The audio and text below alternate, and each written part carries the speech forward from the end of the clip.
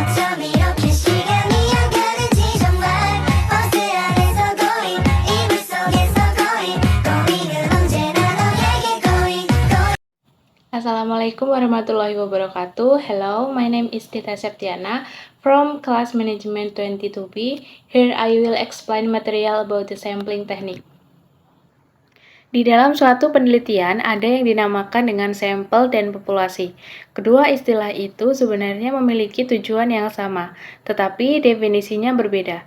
Jadi populasi adalah keseluruhan objek penelitian, sedangkan sampel adalah sebagian objek yang mewakili populasi. Untuk dapat menentukan sampel ini tidak asal-asalan dipilih. Ada cara tertentu yang bisa dilakukan untuk memilihnya. Cara tersebut dinamakan dengan teknik pengambilan sampel atau sampling. Understanding sampling technique. Teknik sampling disebut juga dengan teknik pengambilan sampel penelitian. Sampel dalam hal ini merupakan sebagian dari populasi di dalam penelitian. Sebagai penjelasan, populasi merupakan keseluruhan objek yang dijadikan sasaran dalam penelitian. Sedangkan sampel adalah sebagian populasi yang bisa mewakili. Teknik sampling itu sendiri terbagi menjadi dua jenis, yaitu sampel acak, random, atau disebut juga dengan probability sampling, serta sampel non-acak, atau random sampling yang disebut juga dengan non-probability sampling.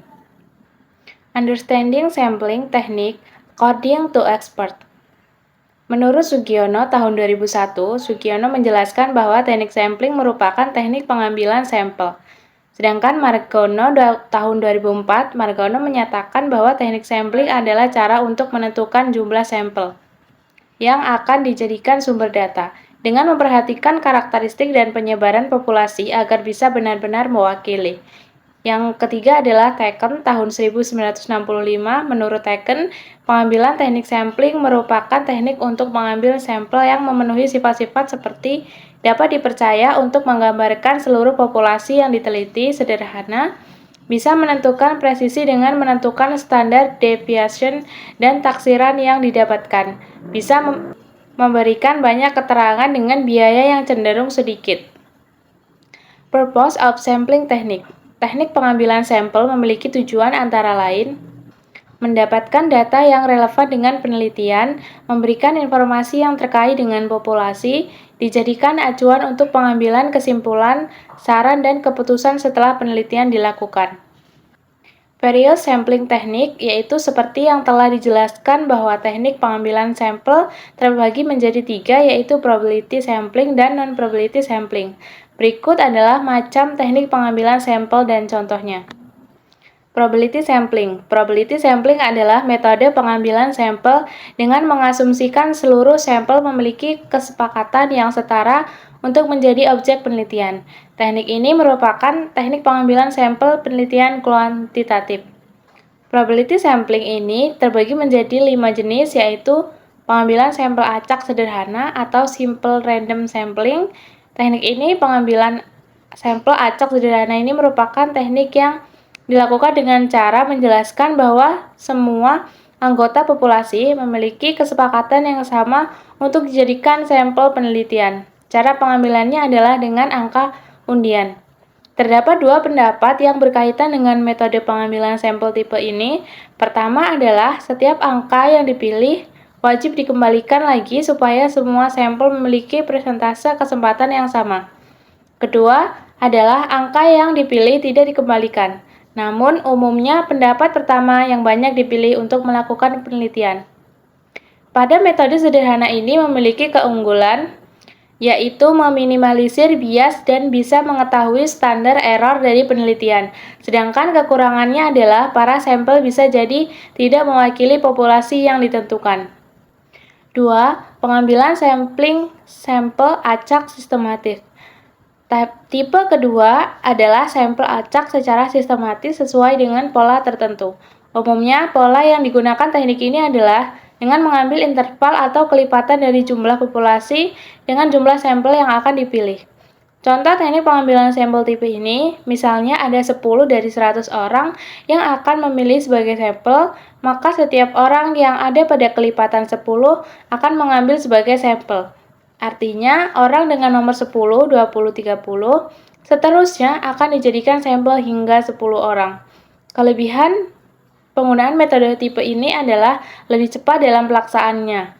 Selain itu juga membuat peneliti tidak perlu membuat kerangka sampel. Sedangkan kelemahan dari metode ini adalah variasinya tidak bisa diprediksi jika urutannya tidak acak. Sampel juga berpotensi bersifat seragam karena adanya pengulangan karakteristik. 3. Pengambilan sampel acak berstrata. Teknik pengambilan sampel ini dilakukan dengan cara mengkelompokkan anggota populasi sesuai dengan tingkatan tertentu, yakni tinggi, sedang, dan rendah. Contoh teknik pengambilan sampel tipe ini adalah ketika melakukan penelitian tentang pekerjaan yang dilihat berdasarkan usia. Jadi, sampel yang diambil dengan cara mengkelompokkan sampel ke dalam kategori usia, muda, sedang, dan dewasa. Yang keempat, pengambilan sampel acak berdasarkan area. Teknik pengambilan sampel ini ditentukan dengan berdasarkan kelompok satu wilayah dari populasi penelitian. Teknik ini akan mengelompokkan sampel sesuai dengan wilayah anggota atau populasi.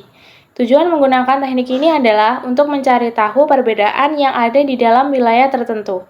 Contoh teknik pengambilan sampel ini adalah ketika ada penelitian yang akan mencari tahu tingkat partisipasi pemilihan umum di Jawa Tengah. Dari situ, sampel yang akan digunakan adalah beberapa wilayah di Jawa Tengah. Selanjutnya ada non-probability sampling. Non-probability sampling adalah lawan dari probability sampling. Jadi, pengambilan sampel dilakukan tidak secara acak. Maksudnya adalah pengambilan sampel tidak memberikan kesempatan yang sama kepada setiap sampel yang dipilih. Teknik ini biasanya dipilih ketika populasi belum atau tidak dapat ditentukan secara pasti. Teknik ini terbagi menjadi 6 jenis, yaitu yang pertama, purposive sampling. Purposive sampling adalah penentuan sampel berdasarkan kriteria yang telah ditetapkan oleh peneliti. Penetapan dilakukan sesuai dengan pertimbangan yang dinilai dapat mewakili populasi. Teknik sampling ini diulang menjadi salah satu teknik yang paling banyak digunakan dalam penelitian. Yang kedua, snowball sampling. Snowball sampling juga dikenal dengan teknik bola salju. Teknik pengambilan sampel ini dilakukan dengan wawancara kepada sampel pertama untuk mengambil sampel berikutnya dan secara terus-menerus hingga kebutuhan sampel dapat memenuhi seperti bola salju yang akan terus membesar juga menggelinding dari atas dan ke bawah. Yang ketiga ada accidental sampling. Accidental sampling adalah teknik pengambilan sampel yang sifatnya lebih incidental. Jadi sampel yang diambil sesuai dengan orang yang memang kebetulan ditemui oleh peneliti. Jadi misalnya adalah penelitian terhadap kepuasan konsumen. Peneliti bisa menggunakan pembeli untuk menjadikan sebagai sampel penelitian. Yang keempat ada kuota sampling. Teknik pengambilan sampel ini adalah dengan cara menentukan jumlah sampel penelitian terlebih dahulu. Misalnya dalam sehari peneliti menetapkan harus mendapatkan 10 sampel untuk diteliti. Kelebihan dari teknik ini adalah pengambilan sampelnya bersifat lebih praktis karena sampelnya sudah diketahui. Yang terakhir ada teknik sampel jauh, yaitu teknik pengambilan sampel jenuh adalah menggunakan seluruh populasi sebagai sampel. Teknik ini digunakan ketika populasi yang akan diteliti kurang dari 30 orang.